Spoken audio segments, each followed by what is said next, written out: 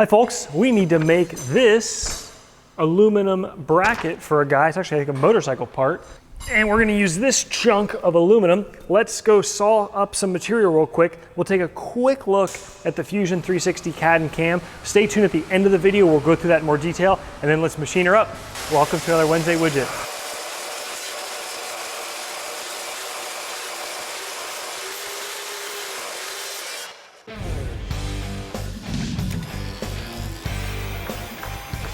Here is our part.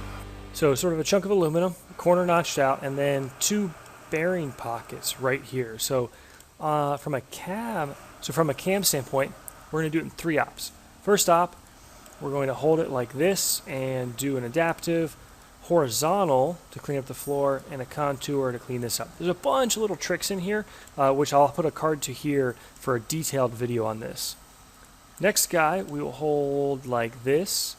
I'm gonna drill adaptive out, or rough out rather, same thing, rough out this half this corner, drill a little bit deeper with a trick tool, bore, another really good use for this operation for this deep hole, clean up with a note there to chase it in, and we'll just mirror that. I haven't done it yet because I want to see if there are any settings we want to tweak in here when we do this side. And the final thing we'll do is with a really big tall end mill, we'll come through here and clean up this thing in one fell swoop with a pretty expensive big 3/4 inch end mill. Let's go make some chips.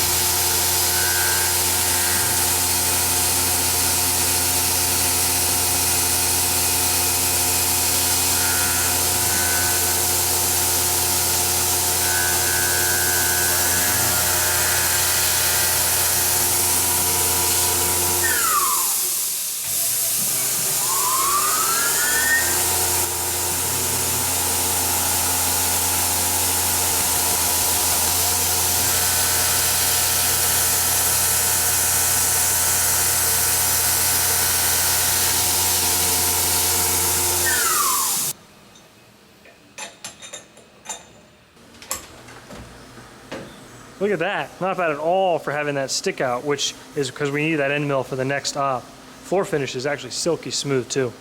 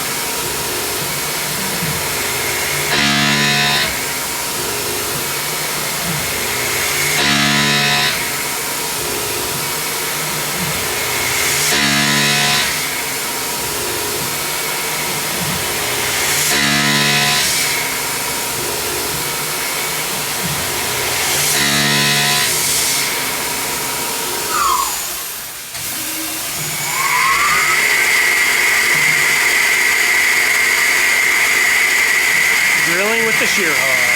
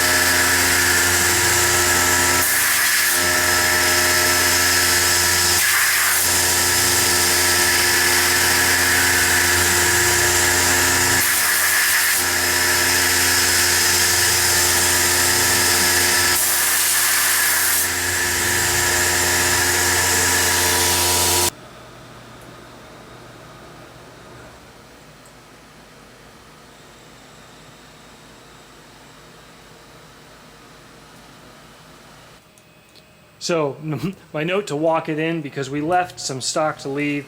Let's see where we're at. 1.056. So with the micrometer, I was getting about 1.057 and change. As you can see right there, just a hair over 1.057. So what does that mean? we were shooting for 1.062. And if you take a look in Fusion, we left 2 thou radial stock to leave, which means it leaves 2 thou on the radius, both sides. So 1.062 minus 0.002 would be 1.060 minus another 1.002, because again, it's on both sides, would put you at 1.058, which means we're about half a thou under what we should have been. So I changed it to 0 stock to leave. We'll run it once, and that should, in theory, put us pretty much on. If we're half a thou under, that's definitely within tolerance. Let's give it a shot.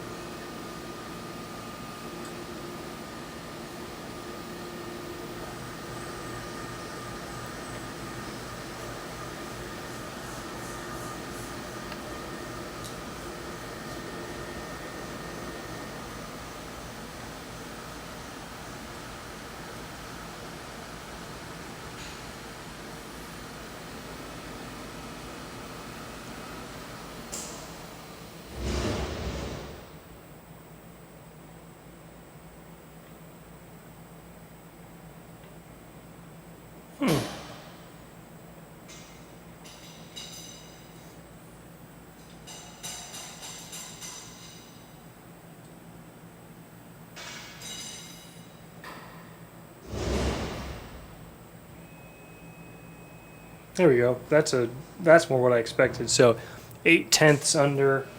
It's the scary thing. You got to be careful using these tools.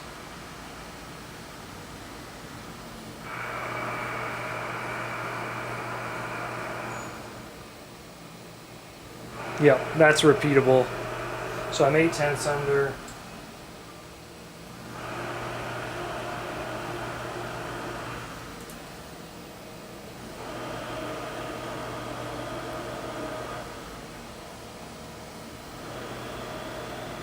Yeah, then you get a bad reading, I think. You know what? I think we've got some end mill deflection. Not surprising, and because of that length. So let's run it again as a spring pass, see what happens. So I got a Sharpie line.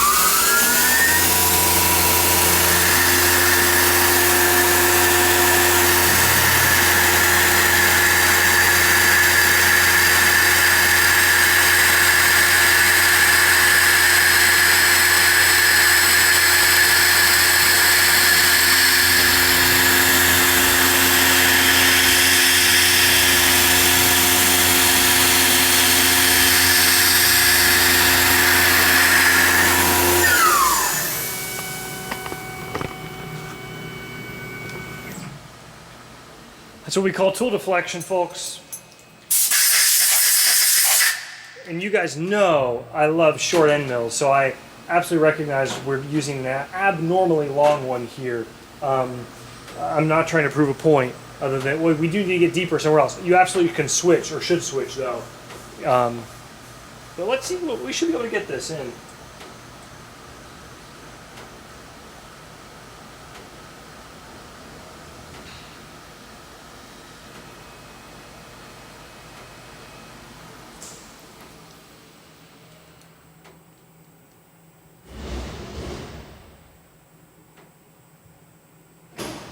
It's about the same.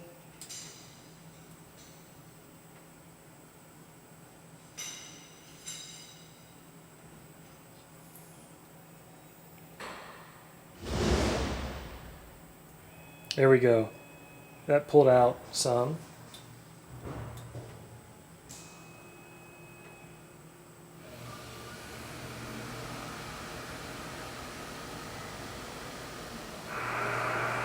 So I'm about a thou under. All right, in Fusion, we took a negative 0.00002, 2/10, negative radial stock to leave. That should keep us slightly undersized, which I'd like to be, but it should get us a little closer to our goal.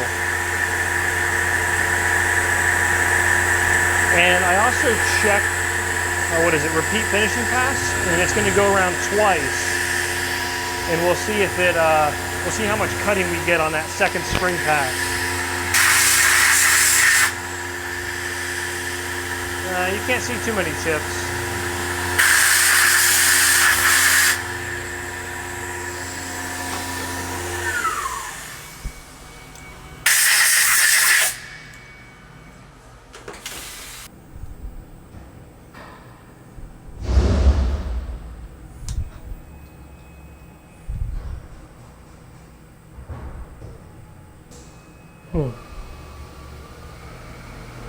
I'm not good at doing the sweep thing like some of the other guys are, and that's dangerous because this way you're kind of squeezing in on it. I'm getting a little under, which I don't believe.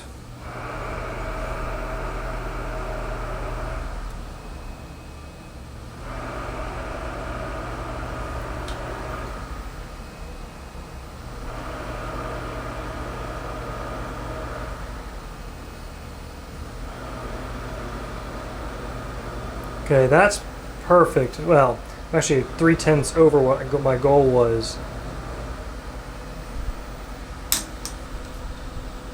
I'm not, again, I want to confirm, I'm not sure I trust, in fact I don't trust telescoping gauges to measure accurately tenths, but for a relative measurement, if you're repeatable in your process, you should be able to see where you are ballpark. I don't have gauge pins for this size hole though.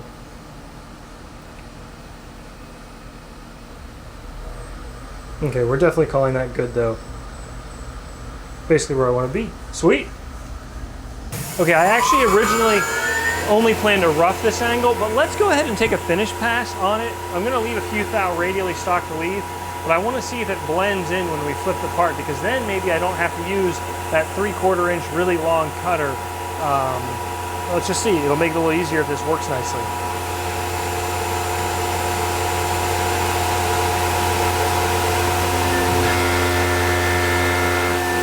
The Lakeshores, I don't know why, but these 3/8 inch tools, we use them card here for the video of making those robot wheels, where, man, we just didn't have a choice. You needed that stick out. And it's a trade-off because you get more rigidity the thicker the tool you go. So in other words, using a 3/8 inch over, say, 1/4 inch, but you also have more tool pressure. So I think as a general rule, rigidity can trump tool pressure, but you got to have the right speed and feed and the right tool. And those Lakeshores, especially on that robot wheel project, just worked great. I'm actually trying to use air less and less around the machines. Jared just took one of our vices apart because it was packed with chips. I'm trying to use more brushes and, well, not high pressure air. Looks good so far.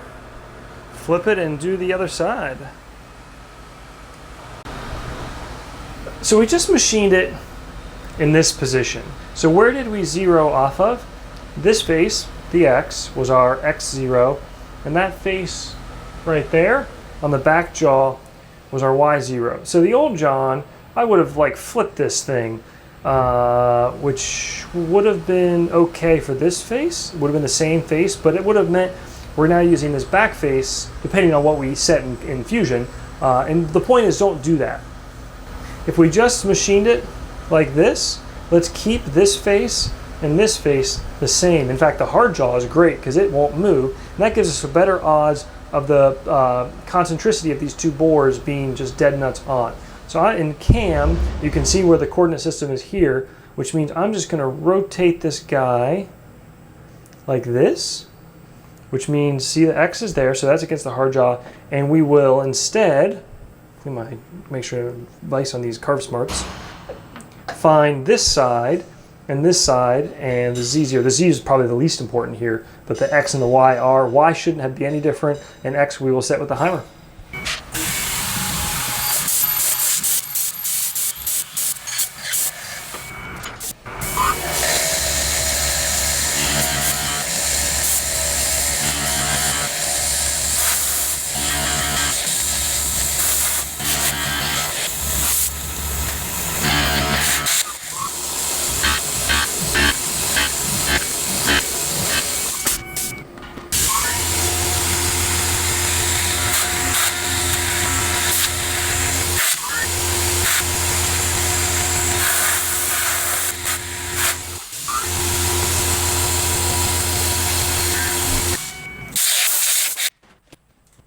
All right, let's take a look. You know, it's funny, I debated, I really like putting chamfers on in the machine. There was no call out for this, but, oh, look at that. That's awesome. Let me go clean it off here, actually. Look. Not bad, huh? And look, we actually have slightly more tool marks than I expected, but barely any blend line. You can't even really catch your nail on it.